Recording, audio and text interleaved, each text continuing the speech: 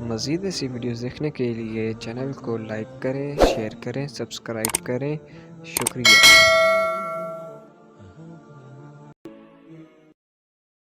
21ویں پارے میں سورہ لقمان ہے۔ جناب لقمان علیہ الرحمہ نبی نہیں تھے، اللہ کے نیک بندے تھے۔ حضرت داؤد علیہ السلام کی انہوں نے صحبت پائی تھی۔ رنگ کالا تھا، ہونٹ موٹے تھے، لیکن اللہ تبارک و تعالی نے حکمت اور دانائی بڑی عطا فرمائی تھی۔ آپ کی اس حکمت اور امور خیر کی وجہ سے دور دراز سے لوگ آپ کی خدمت میں حاضر ہوتے تھے اور آپ سے اللہ تبارک و تعالی کی عطا کردہ حکمت اور دانائی سے فیض یاب ہوتے تھے۔ حضرت لقمان نے اپنے بیٹے کو کچھ نصیحتیں فرمائیں۔ اپنے بچے کو انہوں نے کچھ چیزوں کے بارے میں تربیت دی۔ اللہ تبارک و تعالیٰ کو ان کی وہ باتیں اور وہ انداز اتنا پسند آیا کہ رب نے اس کو قرآن مجید میں بیان فرما دیا، اور اللہ تبارک و تعالیٰ کا اس چیز کو قرآن مجید میں بیان کرنا اس بات کی دلیل ہے کہ اللہ تبارک و تعالیٰ کی یہ رضا ہے کہ مسلمان اپنے بچوں کی تربیت اسی انداز میں کریں، اسی انداز میں اپنے بچوں کی تربیت کریں۔ یہ عنوان اور یہ باتیں ماں اور باپ کو سیکھنی چاہیے، بلکہ ہمارے بعض بزرگ تو فرماتے ہیں کہ جس بیٹے اور بیٹی کا نکاح کرنے کا ارادہ ہو، اس کو جہاں اور ان کی ضرورت کے مسائل سکھائے جائیں، وہاں انہیں سورہ لقمان کی ان آیات کی ضرور ان تک پیغام پہنچایا جائے، تاکہ انہیں پتہ ہو کہ کس نہج پر، کس بنیاد پر اور کس طریقے سے ہم نے اپنے بچوں کو اللہ تبارک و تعالیٰ کی رضا کے مطابق ڈھالنا۔ انسان سب سے زیادہ مخلص اپنی اولاد کے ساتھ ہوتا ہے۔ اس پر علماء نے کلام کیا ہے کہ بچے بھی اپنے ماں باپ کے ساتھ اتنے مخلص ہوتے ہیں کہ نہیں۔ اس میں تو شک ہے کہ ہو سکتا ہے بچے اپنے ماں باپ کے ساتھ اتنے مخلص نہ ہوں، لیکن یہ طے شدہ بات ہے کہ ماں باپ اپنی اولاد کے ساتھ وہ مخلص ہوتے ہیں، ان کا خلوص مکمل ہوتا ہے اپنے بچوں کے ساتھ۔ تو حضرت لقمان جب اپنے بچے کو نصیحت کر رہے تھے تو وہ ان باتوں کی طرف دلا رہے تھے جو وہ سمجھتے تھے کہ بڑی ہی ضروری ہیں، جن کی وجہ سے ان کا بچہ بڑی خیر پا جائے گا، مکمل کامیابی دنیا اور آخرت کی حاصل کر جائے گا۔ ہم اپنی اولاد سے مخلص ہوتے ہیں، ہمارا اپنی اولاد کے معاملے میں رویہ بڑا خوبصورت اور ہمارا دل اپنے بچوں کے بارے میں بڑا صاف ہوتا ہے۔ ہم چاہتے ہیں کہ ہماری اولاد شجر سایہ دار بنے، دنیا میں وقار حاصل کرے، روزی بھی اللہ تبارک و تعالی شان والی عطا فرمائے، اللہ انہیں ہر لحاظ سے نواز دے۔ تو قرآن مجید ہمیں تربیت دیتا ہے، قرآن مجید ہمارے ذہنوں کی ذہن سازی فرماتا ہے کہ پھر تم اس طرح اپنے بچوں کو ڈھالو، اس انداز میں اپنی اولادوں کی تربیت کرو۔ سورہ لقمان کی جو آیہ کریمہ میں نے سب سے پہلے تلاوت کی وہ 13 نمبر آیت ہے۔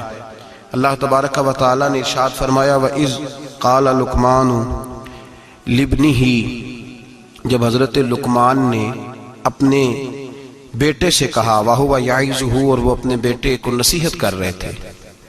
سب سے پہلے انداز کیا اختیار فرمایا، یا بنیا، اے میرے بیٹے۔ لفظوں میں حسن دیکھیے، اے میرے۔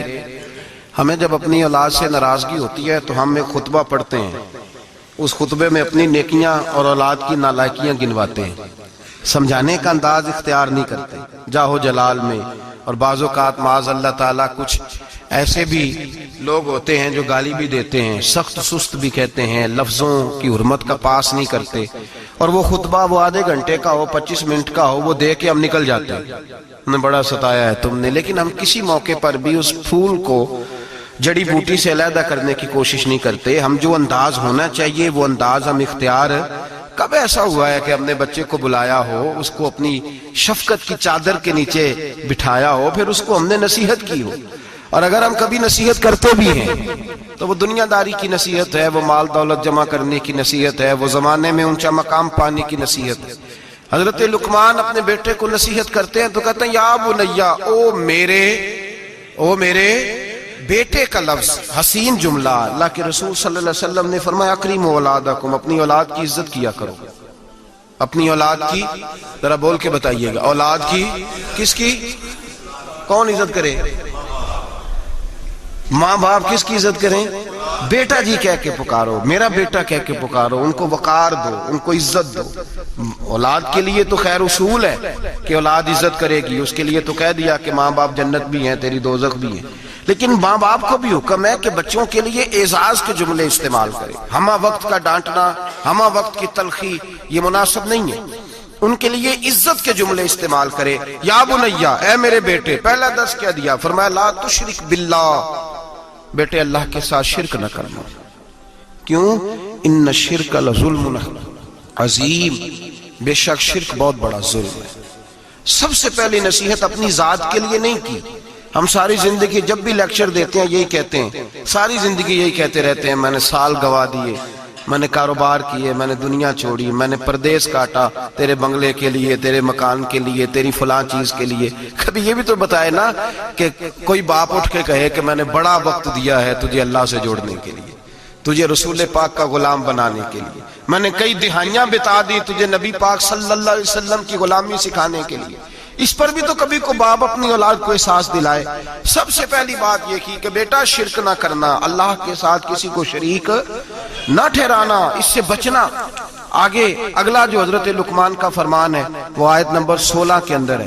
یہاں شرک کی بات کی، میں تھوڑی اس کی تفصیل عرض کروں گا اپنی بساط کے مطابق، لیکن پہلے آیات سماعت کر لیجئے، ان کا سادہ ترجمہ سمجھ لیجئے تاکہ آپ کے حاشیہ خیال میں عنوان آ جائے۔ سب سے پہلے کہا شرک نہیں کرنا، پھر اس کے بعد کہا سورہ لقمان کی آیت نمبر 16 میں ارشاد فرمایا یا بنیا، اے میرے بیٹے، انہا ان تکو مثقال حبۃ من خردل، اے بیٹے اگر تو اتنی برائی بھی کرے جتنا کہ ایک رائی کا دانہ ہوتا ہے، رائی کا جو دانہ ہوتا ہے وہ چھاؤں میں رکھیں تو نظر نہیں آتا، وہ سورج کی روشنی میں نظر آئے گا، اگر چھاؤں میں دیکھنا ہوگا تو آپ کو لائٹیں جلانی پڑے گی۔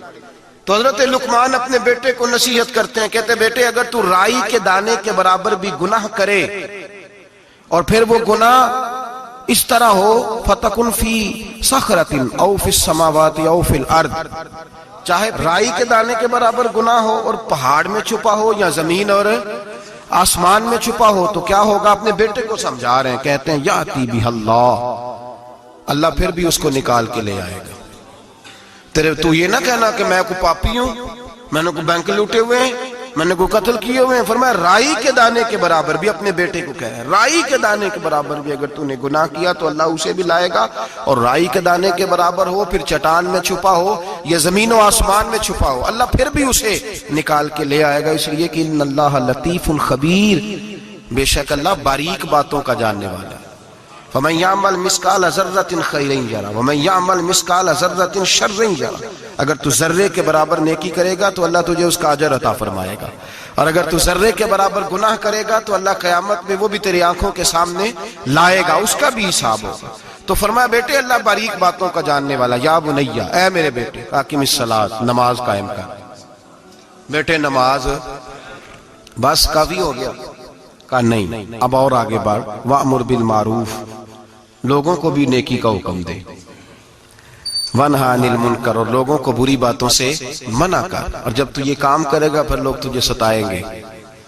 ہو ہی نہیں سکتا کوئی حق بات کرے اور لوگ اس پہ طعن و تشنیع نہ کرے، یہ ہو ہی نہیں سکتا، یہ ممکن ہی نہیں۔ فرمایا جب تو نیکی کا حکم دے گا اور برائی سے روکے گا تو پھر کیا ہوگا؟ تیرے اوپر مصیبت آئے گی، اب تو نے کیا کرنا ہے؟ پھر تو نے اس آنے والی مصیبت پر صبر کرنا ہے۔ بے شک یہ بڑی ہمت کے کام ہے، یہ بڑی دنائی کا کام ہے، دلیری کا کام ہے، اتنا آسان ہے ہی نہیں، بڑے حوصلے کا کام ہے۔ جسے زندگی ہو پیاری وہ یہیں سے لوٹ جائے، میرے قافلے میں شامل کوئی کم ظرف نہیں ہے، یہ ہمت کا کام ہے، آسان ہے ہی نہیں۔ آگے کیا ارشاد فرمایا، بڑی میرا دل کرتا ہے بڑی توجہ سے سنیں ان آیات کو، بڑی آگے ترتیب کیا لگائی حضرت جناب سیدنا لقمان کیا کہتے ہیں؟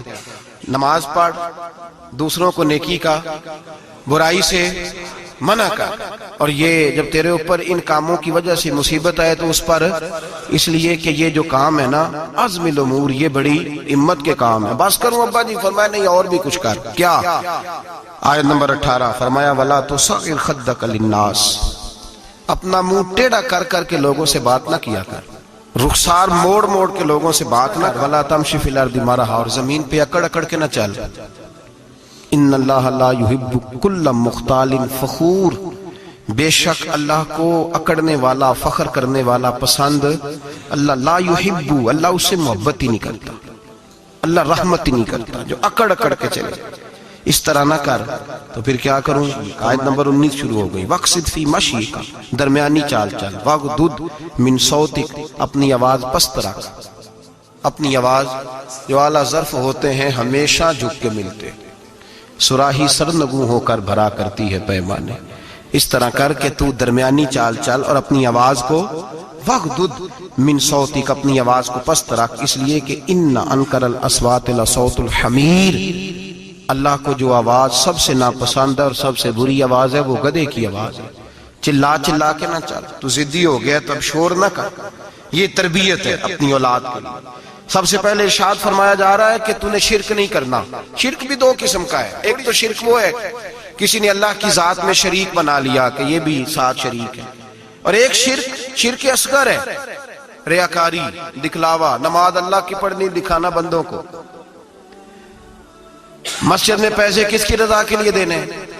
تو اعلان کرانے کا کیا مقصد ہے کہ ختم کے موقع پر، سال ثواب کے موقع پہ کھڑے ہو کے اعلان ہوتا ہے 1 لاکھ قرآن پاک پڑھا گیا ہے، 10,000 درود شریف پڑھا گیا ہے، اور جوئی صاحب نے نا جی 50,000 روپیہ مسجد بھی دیا ہے.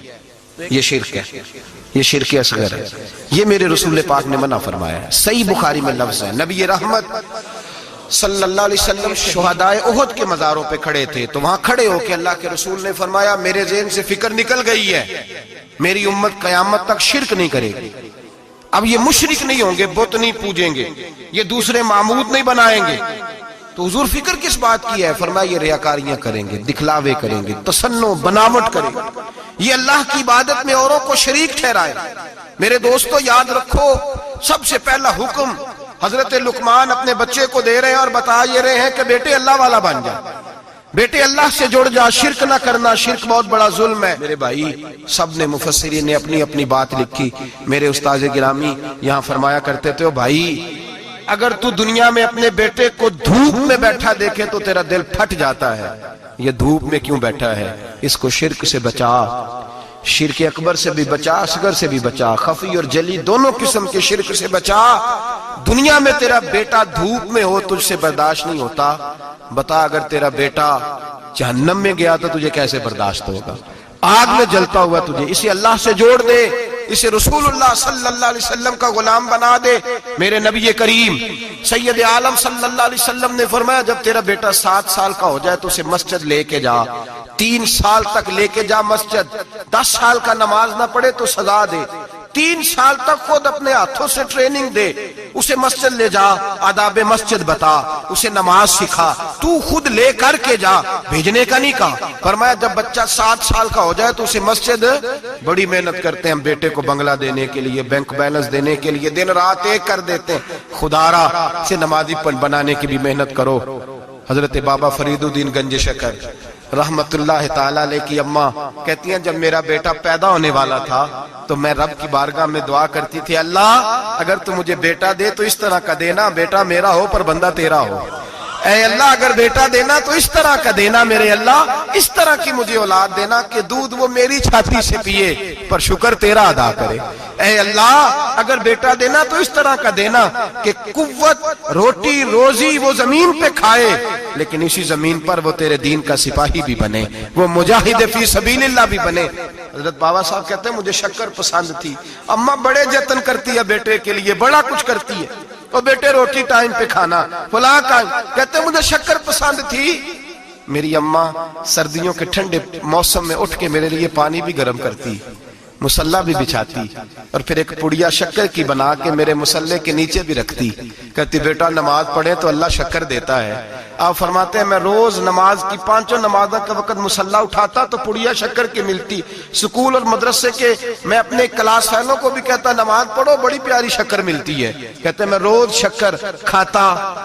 ایک سویرے فجر کی نماز میں اماں نے وضو تو کرایا، مصلی بھی بچھایا، پر دیہات کی وہ سادی بی بی جس کا سارا کام خلوص پہ مبنی تھا، جو آکسفورڈ سے پڑھی ہوئی تو نہیں تھی لیکن آداب ممتا اسے سارے آتے تھے، جو کسی یونیورسٹی کی سند یافتہ تو نہیں تھی، لیکن بیٹے کے ساتھ کس طرح کا رویہ اختیار کرنا ہے یہ سارا اسے پتا تھا۔ کہتے ہیں سادی اماں نے سارے کام کیے لیکن شکر رکھنا بھول گئی۔ بابا صاحب کہتے ہیں میں نماز پڑھنے لگا تو ماں نے یہ بھی بتایا تھا کہ نمازی کے آگے سے نہیں گزرتے، نمازی کے آگے نہیں ہوتے۔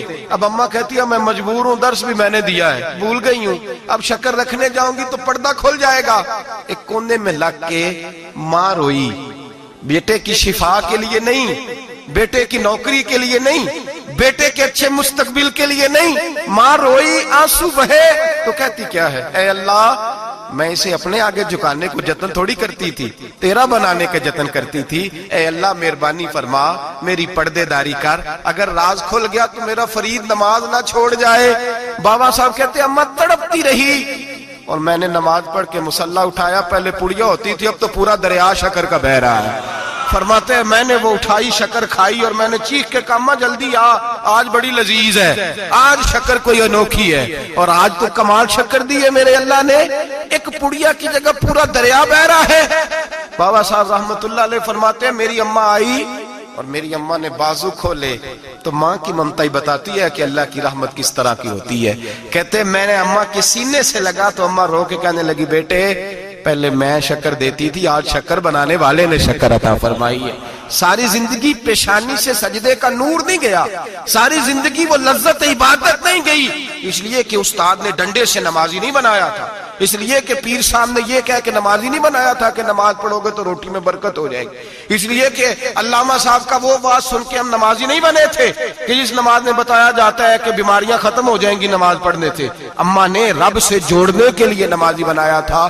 ساری زندگی بابا صاحب کہتے رہے اٹھ فریدہ ستیا چاڑو دے مسیح، چل ہن اٹھ فریدہ ستیا چاڑو دے مسیح، او تو ستا ہے رب جاگدا تیری ڈاڈے نال پرید۔ ساری زندگی نماز کی ٹریننگ دینا، اپنے بچوں کو اپنے رب سے جوڑنا، اپنے بچوں کو اللہ کے ساتھ ان کا تعلق بنانا، ان کو رب والا بنانا، انہیں رسول پاک کا غلام بنانا، یہ ڈیوٹی ہے ماں باپ کی۔ ماں باپ اپنے بچوں کے سینوں میں اللہ کی محبت داخل فرمائے۔ میرے نبی کریم سید عالم صلی اللہ علیہ وسلم نے ہمیں جن چیزوں کے بارے میں تلقین کی ان میں سے ایک یہ ہے کہ اپنے بچے کو نمازی بناؤ، انہیں مسجد لے کر کے جاؤ، انہیں پیغام اللہ کے دین کا پیغام خود سکھاؤ۔ شرک کے بعد جو ارشاد فرمایا وہ یہ ہے کہ چھوٹا سا گناہ، یا بنیا ان تکو مثقال حبۃ من خردل فتکن فی صخرۃ او فی السماوات او فی الارض، بیٹے چھوٹا سا رائی کے دانے کے برابر بھی گناہ اگر تو کرے گا، اور وہ گناہ چاہے پہاڑ کے پیچھے ہو چاہے زمین و آسمان میں چھپا ہو، اللہ اسے بھی چھوٹے چھوٹے گناہ سے۔